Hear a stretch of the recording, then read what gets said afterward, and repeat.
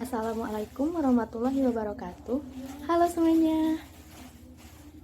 Perkenalkan, nama saya Dita Widya Ramadhani, program studi manajemen C.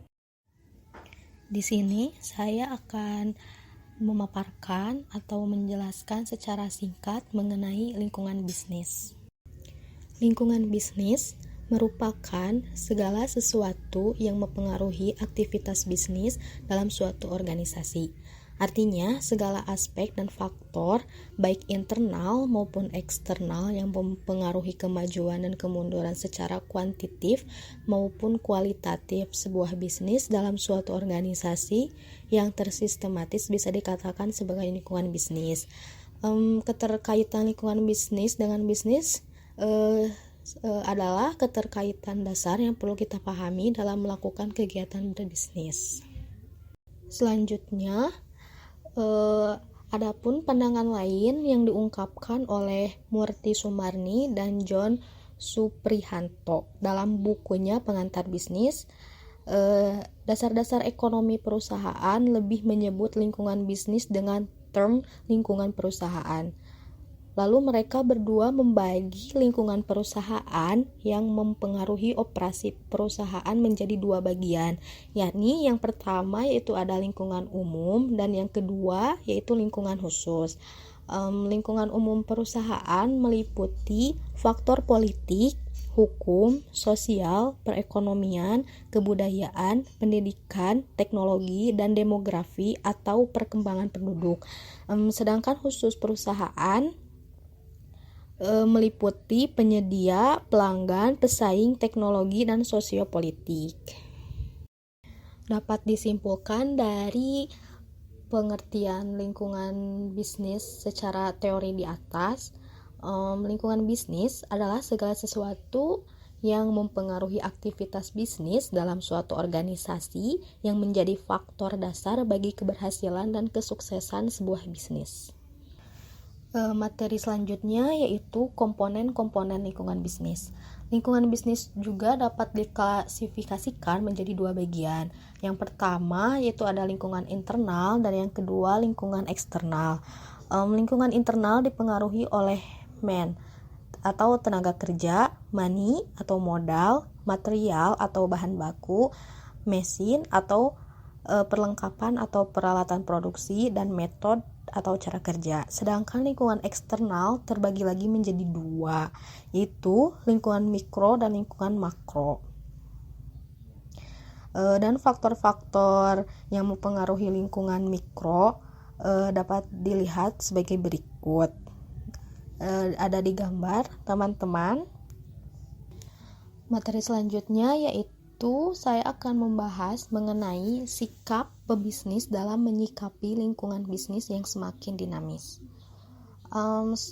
Setelah membahas komponen-komponen lingkungan eksternal di atas, di sini saya akan membahas mengenai perubahan-perubahan lingkungan dan bagaimana cara memanfaatkan lingkungan yang berubah. Mengingat dengan perkembangan teknologi saat ini maupun informasi, sebuah perusahaan haruslah mampu untuk mengambil langkah tanggap, efektif, dan efisien untuk tetap mempertahankan dan meningkatkan daya saingnya di pasar global. Perubahan lingkungan adalah angka kecepatan dari perubahan lingkungan umum dan lingkungan khusus perusahaan. Di samping itu, sebuah perusahaan juga dihadapkan pada tantangan berupa kompleksitas lingkungan. Kompleksitas lingkungan sendiri adalah jumlah faktor-faktor eksternal di dalam lingkungan yang mempengaruhi organisasi. Lingkungan sederhana hanya memiliki sedikit faktor lingkungan, sedangkan lingkungan kompleks mempunyai banyak faktor lingkungan. Pengamatan terhadap perubahan dan kompleksitas lingkungan membuat para manajer dapat memanfaatkan lingkungan yang berubah dengan 3 langkah. Sebagai berikut. Yang pertama yaitu ada pengamatan lingkungan.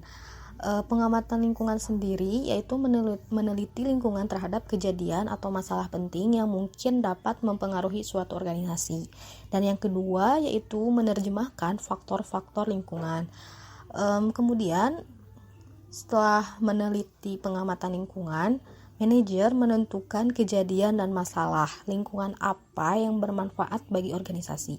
Biasanya manajer menerjemahkan kejadian dan masalah sebagai ancaman atau kesempatan.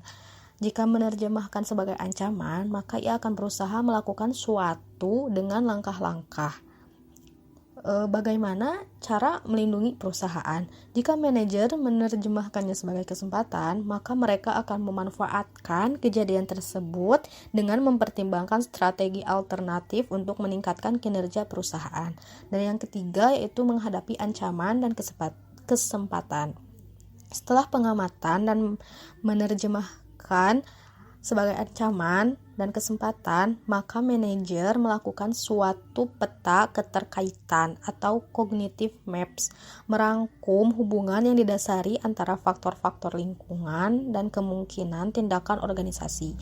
Dari berbekal informasi yang dirangkum tersebut, maka manajer dapat mengambil tindakan untuk mengurangi dampak dari ancaman dan menggunakan kesempatan untuk meningkatkan keuntungan.